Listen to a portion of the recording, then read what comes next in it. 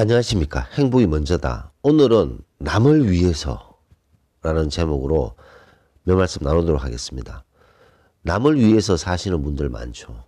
남의 눈치 보고 남을 의식하고 남이 했던 말, 행동, 표정, 눈빛 그런 것에서 밤잠을 설치면서 남이 왜 저랬을까?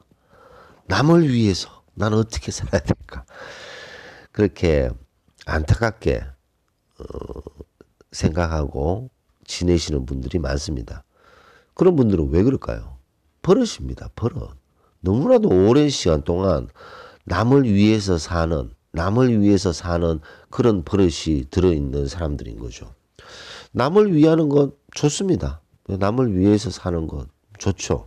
하지만 거기에는 전제 조건이 있습니다. 남을 위하는데 자격이 있는 거죠. 이 자격을 가져야지만 남을 위한다 그랬을 때 이해가 되지, 이 자격증이 없는 상태에서 남을 위한다, 그거 아주 웃기는 얘기라는 거죠. 그럼 그 자격 무엇인가? 이 자격을 가지지 않으면 남을 위한다는 것은 어리석은 짓이다. 그럼 그 자격이 뭐냐? 본인을 위하고 난 다음에 그 다음에 뭐 남을 위한다, 남을 위하고 싶다, 뭐 그럴 수 있는 거 아니겠습니까? 본인 자신을 위하지도 않고 본인 자신은 신경 쓰지도 않고 남만 신경 쓰고 본인 자신의 내면에서 일어나는 목소리는 귀 기울이지 않고 남이 슬쩍 주었던 태도나 눈빛 때문에 밤잠을 설치고 괴로워하는 거, 그거 말이 안 되지 않습니까? 나를 위하고 그 다음에 남을 위하든 말든 본인이 알아서 하는 거죠. 자, 그렇다면 나를 위한다. 그것은 무엇일까요? 내가 하고 싶은 것 하고 살면 됩니다. 내가 하고 싶은 것 하고 살고, 내가 하고 싶은 말 하고 살고, 내가 하고 싶은 그런 어떤 리스트가 있겠잖아요. 뭐 그런 것을 버킷리스트뿐만 아니라 자기가 하고 싶은 것, 꼭 해보고 싶었던 것, 그런 거 하면서 사는 거죠. 만약에 그것이 불법적이지 않고 비도덕적이지 않고 남에게 상처 주거나 아픔을 주는, 정말 아픔을 주고 남에게 상처 주면서 자기가 좋아하는 것을 하는 것, 그거는 범죄자죠. 범죄자. 그거는 하이에나보다 더 못한 인간들이잖아요. 하이에나급에. 그렇기 때문에 본인이 하고 싶은 것, 본인이 하고 싶은 말이 비도덕적이지 않고 불법적이지 않고 남에게 상처 주거나 아픔을 주는 것이 아니라면 그것은 해야 되는 거죠. 그렇게 본인을 위하는 행동을 하고 본인을 위하는 말을 하면서 했을 때 남을 위할 수가 있게 됩니다. 자, 이게 아주 중요한 차이인데, 나를 먼저 위하고 그 다음에 남을 위하는 마음을 가져야지만 남을 의식하지 않고 남에게 휘둘리지 않게 됩니다. 나를 위하지 않은 마음에서 남을 위하는 마음만 가지고 있으면 남을 의식하게 되고 남에게 휘둘리게 되는 거죠. 남에게 휘둘리는 인생을 사는 분들 없습니까? 많습니다. 나이가 들어도, 나이가 작아도, 적어도 남에게 휘둘리면서 남에게서 상처받고 아픔받고 본인을 위하는 마음을 가져야 될 그 시간에 남을 의식하고 남에게 휘둘리는 사람들 얼마나 많습니까? 그래서 본인이 원하는, 본인이 추구하는 것을 항상 먼저 생각해야 된다는 것을 강조하고 싶습니다. 그 예를 한번 들어보겠습니다. 오늘이 한글날입니다. 한글날. 이 한글은 대단한 학문이잖아요. 정말 대단한 학문인데 세종대왕께서, 우리 광화문에 세종대왕 계시잖아요. 이 세종대왕께서 한글을 만드실 때, 한글을 만드셔서 한글을 탁 선포를 하셨죠. 그 과정에서 뭐 집현전에 있는 학자들 뿐만 아니라 그 유생들이 좀 많습니까? 그 사람들이 손뼉 치면서 환호하면서 환영을 했을까요? 절대로 아닙니다. 반대가 엄청 많았죠. 갑자상소 있어요. 갑자상소. 뭐 최만리 등. 그럼 최만리 이 사람이 뭐 허접한 사람입니까?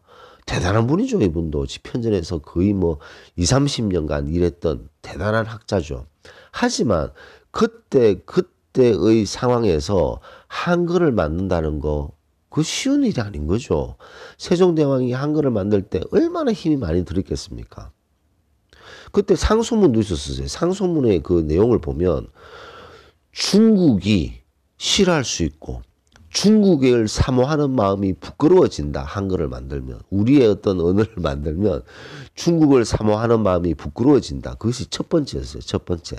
상소, 갑자상소의 첫 번째입니다. 두 번째 얘기도 아주 참 재밌는데 몽골이라든가 여진족, 일본 이런 나라들이 각자 글자를 가지고 있다. 근데 얘들은 오랑캐니까 자기 글자를 가질 수 있다. 하지만 우리가 이런 오랑캐와 같이 같아지려고 하는 것이냐. 말도 안 된다. 왜 우리나라가 조선이 한글을 만들려고 하느냐. 몽골이나 여진이나 일본이 만드는 이런 오랑캐들이 그때는 이 여진, 몽골, 일본이 다 오랑캐로 얘기를 했었으니까 오랑캐들이 자기 나라의 말을 만드는데 우리도 오랑캐처럼 되려고 하느냐. 이게 상소문의 내용입니다. 지금의 입장에서는 무슨 말이지? 말이 되는 소리야? 라고 생각할 수 있지만 그만큼 그때 당시에서는 중국의 그 사모하는 마음, 중국을 위하는 마음 그런 게 있잖아요. 그 다음에 지금 문자, 중국 문자를 쓰는데도 불편함이 없는데 뭐 왜 이런 것을 만들려고 하느냐 뭐 이런 내용들입니다. 너무나도 황당하죠. 자, 이렇게 강력하게 반대를 하는 사람들이 많았었죠. 근데 그 속에서도 세종대왕께서는 한글을 만드셨어요. 왜 만드셨습니까? 그게 뭐 불법입니까? 그게 뭐 비도덕적입니까? 그게 뭐 남에게 상처 주고 아픔을 줍니까? 국민들이 문자를 몰라서 소통을 못하는 그 국민들을 돕고자 한글을 만드신 거잖아요. 근데 어떤 이런 큰 일들은 남에 의해서 휘둘리지 않습니다. 우리가 어떤 중요한 일을 하고 의미 있는 일을 할 때는 남에게 휘둘리지 않을 때 강건한 모습으로 우리가 그것을 코뿔소의 뿔처럼 밀고 나갈 때 그것을 이룩할 수 있다는 거죠. 남의 말을 의식하고 저 사람이 저렇게 얘기했는데 어떻게 하지? 저 사람 말에 휘둘리고 다른 사람들한테 휘둘리면 세종대왕께서 한글을 끝까지 만드시기는 힘드시지 않았겠어요? 하지만 그 한글을 만드시는 데 있어서는 남에게 휘둘리지 않고 뭐 임금이면 다 뭐 내 뜻대로 다 할 수 있다. 그렇지 않잖아요. 조율을 해야 되고 설득을 해야 되고 거기에서 끊임없이 그것을 추구하면서 이룩하는 그래서 우리가 지금 쓸 수 있는 이 귀한 한글을 쓸 수 있지 않습니까? 10월 9일 한글날 한글의 중요성 근데 그 한글이 만들어지기에는 세종대왕이 남에게 휘둘리지 않고 남을 의식하지 않고 남의 말에 부안해동 좌지우지 되지 않고 본인의 생각 나는 이것이 필요하다고 생각한다. 그러면서 끊임없이 추구하면서 남에게 휘둘리지 않았기 때문에 우리가 이런 귀한 한글을 쓰고 있지 않나 생각됩니다. 우리 일반 사람들도 저는 마찬가지라고 생각합니다. 내가 추구하는 일, 내가 하고자 하는 일이 불법적이지 않고 비도덕적이지 않고 남에게 상처 주고 아픔 주는 것이 아니라면 하고 살아야 된다. 그래야만 남에게 휘둘리지 않는다라는 것을 강조하고 싶습니다. 남을 위해서 사는 것 아주 중요하죠. 하지만 그 남을 위하는 자격증, 나를 먼저 위하고 나의 생각이 무엇인가, 나의 내면에서 올라오는 외침이 무엇인가, 거기에 먼저 귀를 기울이고 난 다음에 남을 위하든 위하지 않든 알아서 하는 거죠. 남을 위해서 그전에는 먼저 나를 위해야 된다. 라는 것을 강조하면서 한글날 녹음을 마치도록 하겠습니다. 감사합니다.